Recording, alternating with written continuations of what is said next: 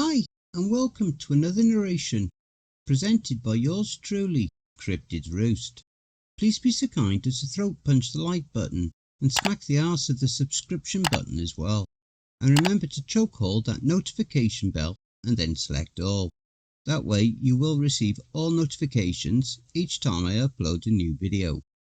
I would like to reach out and say a huge thank you to those of you who have supported Cryptid's Roost financially with your support. We pray the good Lord replenishes you abundantly, and to those of you who will, later on, we pray the good Lord bless you as you do so. And also a huge thank you to everyone for always supporting the channel with your likes, comments and shares as well. It is all very much appreciated. God bless you all. A quick note, I have also implemented the auto-generated subtitles option in as many videos as possible. This will help all of our hard of hearing listeners, so I hope this helps. Enjoy. Why not hashtag Cryptid's Roost in your comments? So grab your coffee, sit back and enjoy the show. And don't forget, where fear is, happiness is not. The Arjun Chronicles Part 2, Bloodsuckers. And a quick interjection before the story starts. This story is a spin-off to the series, but it is also a prequel to Part 3. And this awesome series is written by beastboysuraj, a wonderful author over on Reddit. And if you would like to read more of his works, the Reddit link to this profile will be below in the description, as well as to his own blog website, XTales. Prologue.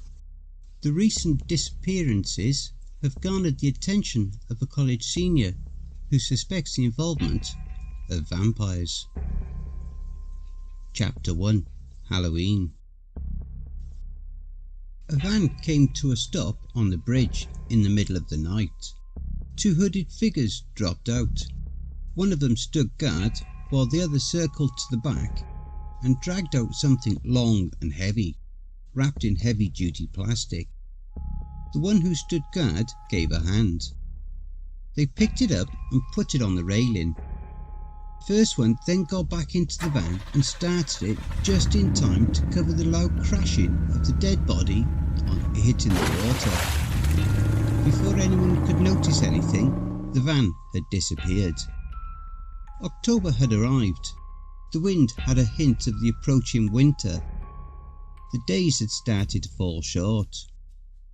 People had not yet begun to react to the change, but the sun went down as early as 5 o'clock, and it was almost at the horizon that day when Ahmed, Vikram and Nina were sitting in a restaurant, killing time.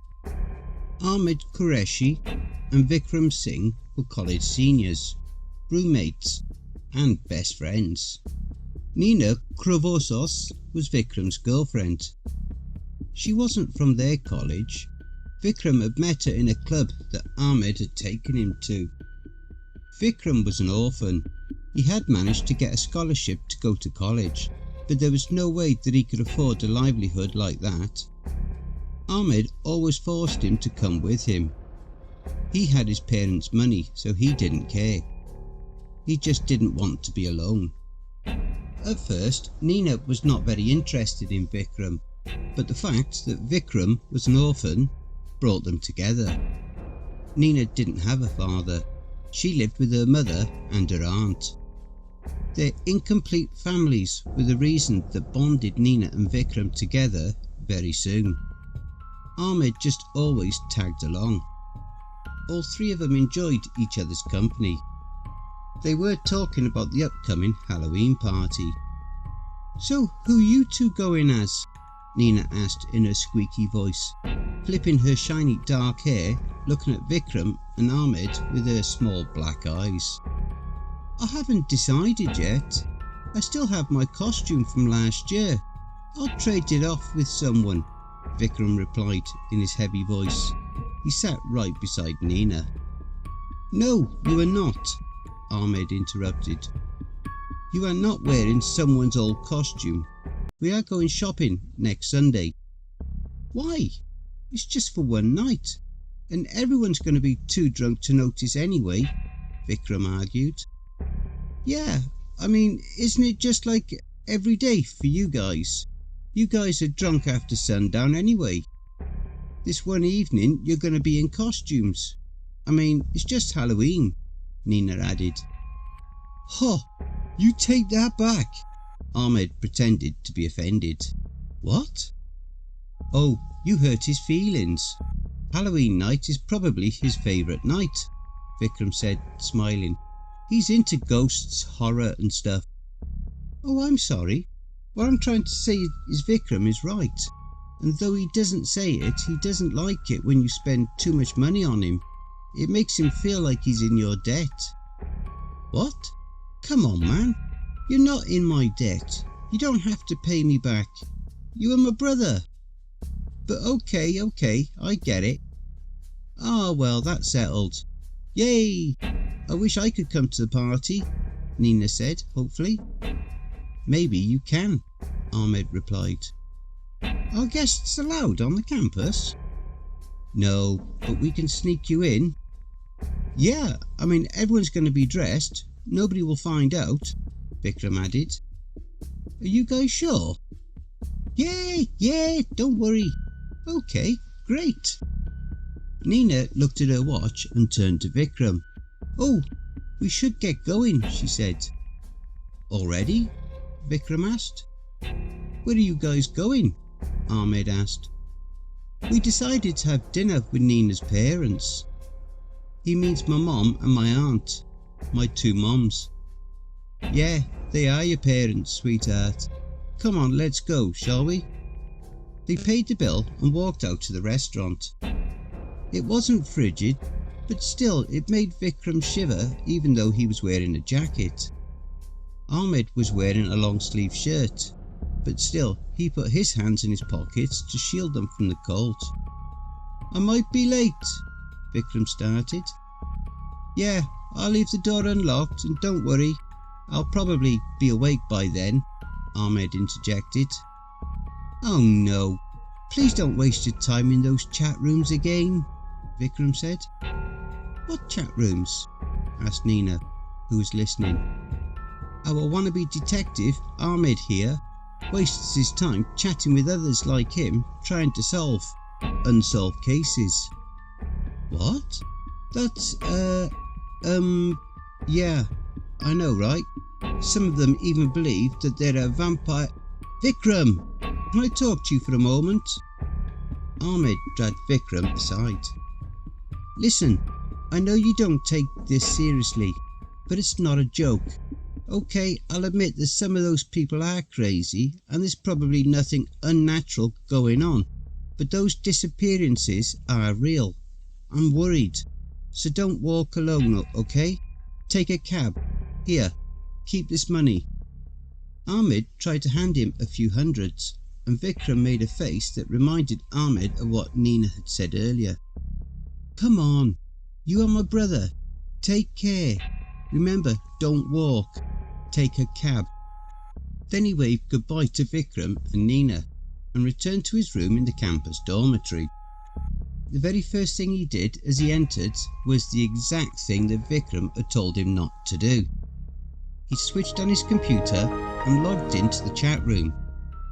As he expected, a discussion was already going on. He scrolled up to read some of the unread messages. Most of them were just greetings and unimportant. A few of the important ones read, So, how do they survive subtropical cities like ours? Maybe they have adapted to the climate. It's not like they have to come out in the sun. They could just stay hidden. Right, and if they're masquerading as humans, they would probably be doing it at some place more similar to their natural habitat, like an ice cream factory or any other place like that. That makes sense. If there are many of them, then they could all easily cover for each other. Ahmed read all those messages, and they made him furious. He typed, Hey guys, so you're straight up established that vampires are behind these disappearances. I mean, it could be a serial killer. It could be an underground network harvesting human organs. We have to look into every possibility. You guys are just making up stories to thrill yourselves." Someone replied to Ahmed, "I thought we already discussed that." Someone else added, "We are looking at every possibility. Right now, we are discussing this one." And the messages kept on coming one after another. Ahmed read silently for a minute. And FYI, the police did find some bodies early on, and they were intact. I know it could still be a serial killer, but there's no underground network harvesting human organs. Yeah, my dad's in the force. He said even the blood was removed surgically, you know, with a syringe and all. Ahmed quickly typed in, "So if they are vampires, can't they just directly suck the blood from the victim's body? Why would they use syringes?" Isn't it clear they want to throw the police off their trail? "God, are you even thinking?" someone replied. "Are you?" Ahmed typed back. "Why would they care about that? The police at most would think it was done by some animal. They don't know about vampires." "They do," the kid whose father was in the police replied. "My dad said there's a rumour that some people in the department know about that stuff. He said there is a secret organisation or something which asks these people to work on these cases. But it's just a rumour. Even I don't believe it." "Hey, you said that the police found some bodies. Where did they find them?" "My dad said they found them by the river in the old city. They must have washed up on the shore." "Yeah, old city. That's the perfect dumping ground. They probably don't even have to throw them in the river. Nobody could find a body in those streets even if it started to smell." "Wait, there's no factory in the old city, is there?" "No," Ahmed replied. "Some small-scale setups, but no factory." "Guys, we are getting nowhere with this. We need more information. More clues." "I have an idea. Why don't we go look by the river? There must be some clue or evidence. What do you guys say?" "I'm on board. We'll finally meet up." "I'm not sure, but we got to do something." Ahmed waited a few seconds and then he typed in, "Yeah, okay, let's do this." They all decided to meet up next Saturday and look by the river for clues. Ahmed went to bed about half an hour before Vikram came back. He was still at Nina's place finishing up his dinner. "Thank you for the delicious food, Mrs. Crossbow," Vikram said to Nina's mother just before leaving. "Oh no, thank you for coming," she replied. "It was lovely meeting you." Nina's mother was probably in her 40s, but she still looked just as young as Nina, and so did her sister, Nina's aunt, who looked at Nina and said, "Nina, I love this boy, even though he didn't take off his jacket after I asked him 3 times. I wanted to see his biceps." Vikram's cheeks went red.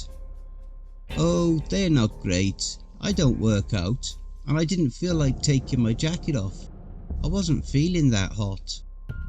"Of course you weren't. You were sitting with Nina. You should have sat next to me." She laughed her lungs off. "Okay," Nina's mother started speaking. "It was a wonderful evening. You should come more often. What are you doing Saturday night?" "Nothing," Nina spoke up before Vikram. "Perfect, Nina, honey. Bring him home on Saturday." "Okay, done." Vikram couldn't handle that amount of love. He had grown up in an orphanage and wasn't used to this. He could barely speak. Thank you, Mrs. Crossbow. I can't say..." "Mom, help him." "Oh, don't mention it, dear.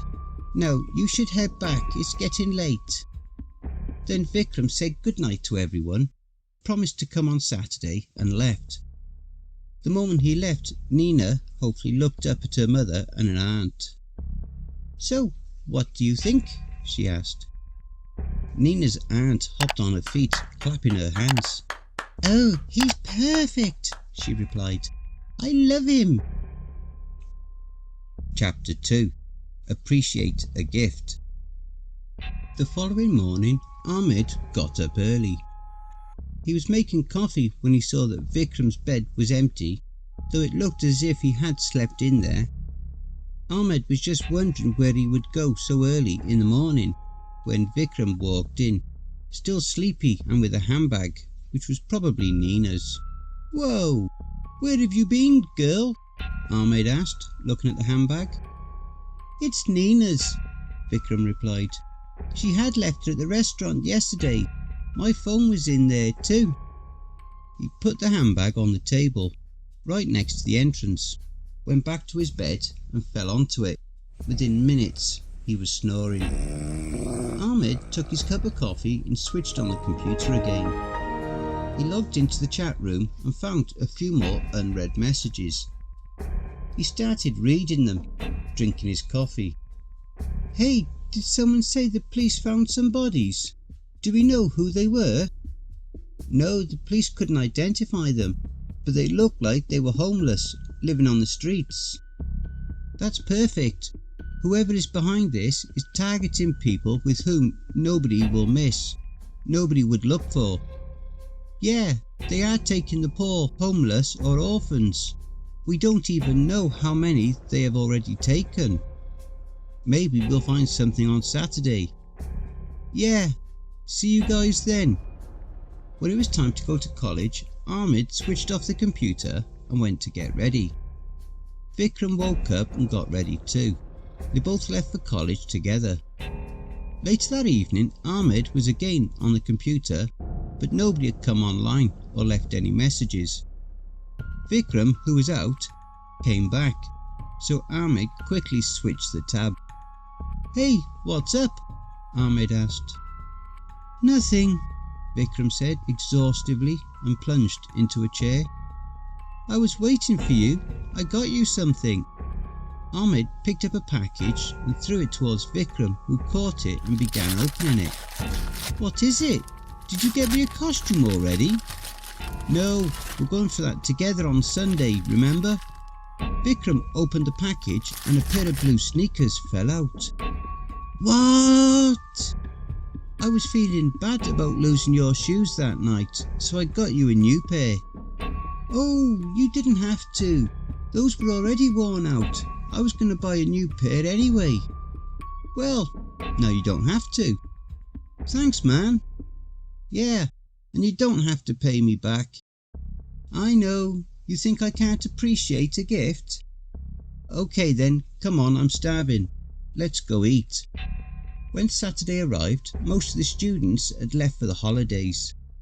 Diwali, the Festival of Lights, was approaching. Only a few of them had stayed for the Halloween party, and Ahmed and Vikram were among them. Ahmed logged into the chat room every day, but no one had said anything else. They were all offline since the last time. Ahmed was furious. They were all just pretending to be worried about the disappearances, wanting to solve them. They must have left for holidays too, bailed on the first chance they got to go home.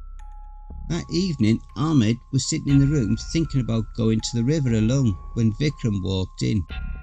"Dude, put on a shirt. Nina's coming." "So what?"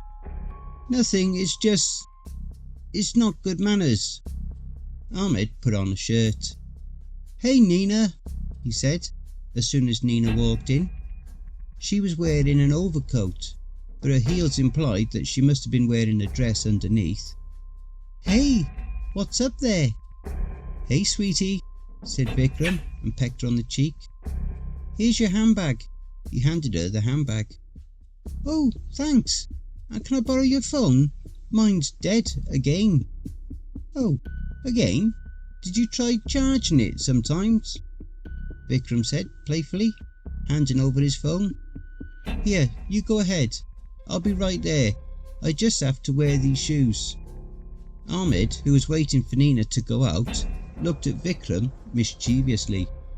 "Oh, someone's going to get lucky tonight," he said. "Nothing like that. I'm having dinner with her family," Vikram replied while putting on his new sneakers. "Oh, you poor guy." I don't want to leave you alone for the holidays, but that's the only way you'll have the room to yourself. Don't worry about it. And besides, I like her. I don't want to rush. Okay, see you later." Vikram waved goodbye and walked out. Little did he know that he would never see Ahmed again. "Let's go," he said to Nina, who was waiting for her outside. "Wait, you got your handbag and my phone, right?" "Yeah," said Nina, patting the pocket of her overcoat. Ahmed was just waiting for Vikram to leave. He quickly dressed up and left the room. On his way out, he saw Nina's handbag on the table. "That girl is dumb as hell," he said. "It's a good thing she's pretty." He reached the river in the old city. It was dark, which wasn't his plan, but he had to wait for Vikram to leave. He started walking in the mud. It looked like a waste management site. There was so much garbage that it was impossible to see anything, especially in the dark. The stench almost made him throw up. He kept looking in the light of his phone's flash. He was also scared. If it was the dumping site, there was a slight chance that whoever was behind all this could show up to dump another body. He soon realised that one person couldn't look through the miles of the garbage, but what he didn't realise was that he wasn't the one in danger, even though he was scared.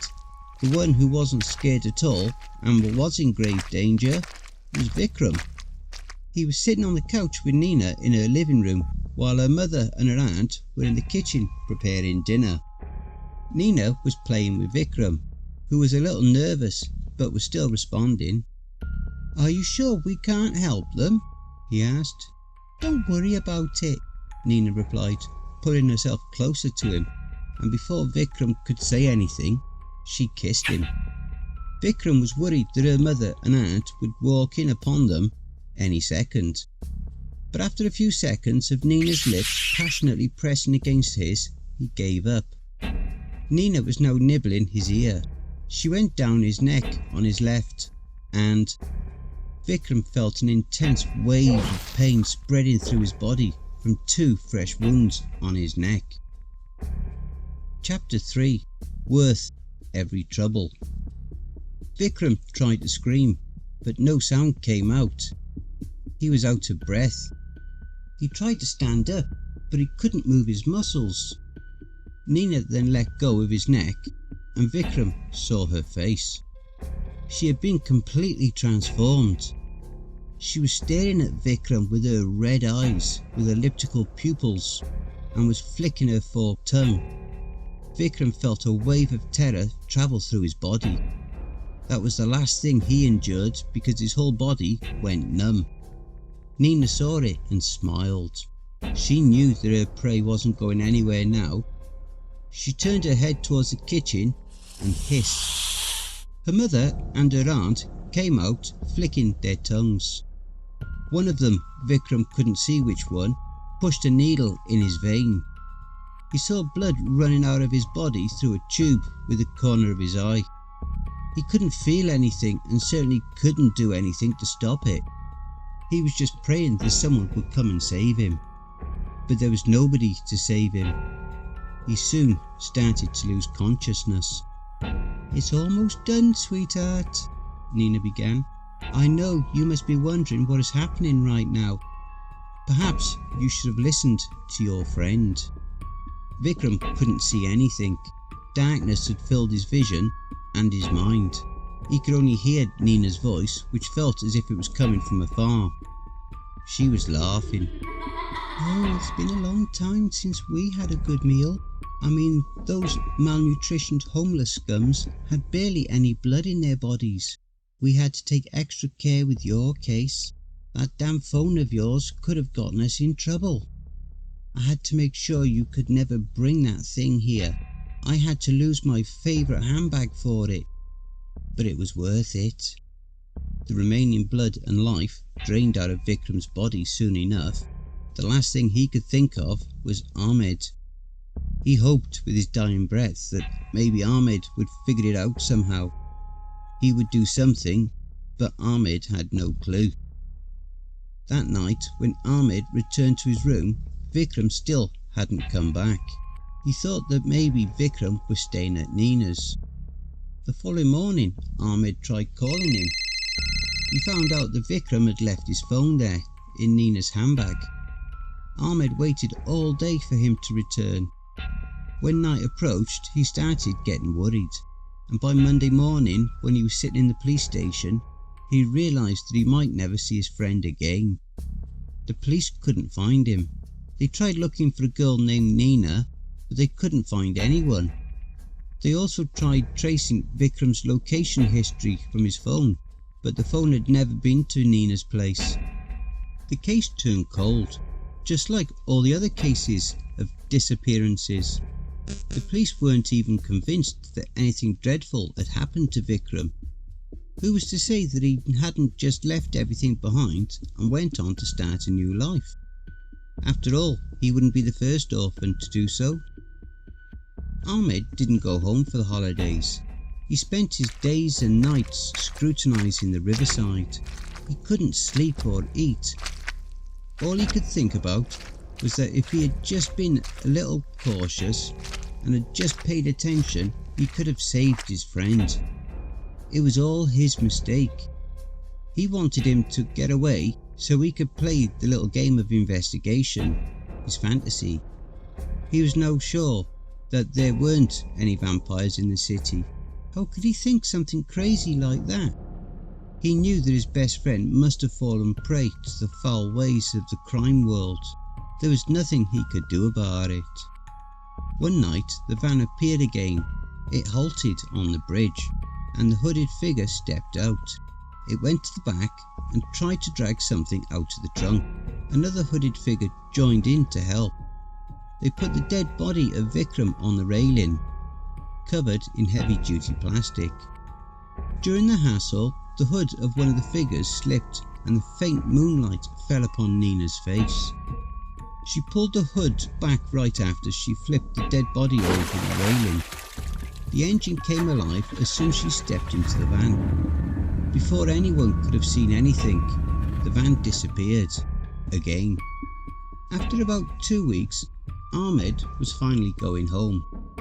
There was still a few days left for their festival, Eid, and his parents had kept on insisting. He agreed to go just because he didn't want to be alone. He was just wandering by the riverside. He was leaving the next day, but he couldn't stop himself from coming here one last time. He was just rambling when he spotted something in the pile of garbage. He jumped at it. He was now literally rolling in the mud, but he didn't care. The thing was stuck into the wet ground. Ahmed dug around it and pulled it out, and when he realised what it was, he started crying. Tears streamed from his eyes. The pain was unbearable. He was wailing like a wounded animal. He picked it up with his mud-covered hands and kept looking at it with his tear-filled eyes. It was a blue sneaker. Don't forget, if you enjoyed that story, be sure to pop over to the author's Reddit profile and drop them a line, or even give them a glowing review. I'm sure they really would appreciate it. The link to their Reddit profile will be below in the description. Please be so kind as to throat punch the like button and smack the ass of the subscription button as well. And remember to tap the notification bell and then select all. That way you'll receive all notifications each time I upload a new video. Oh, and don't forget to share the video far and wide. This will all help with YouTube's algorithm and will help to promote this channel more. And don't forget to check out the merch store.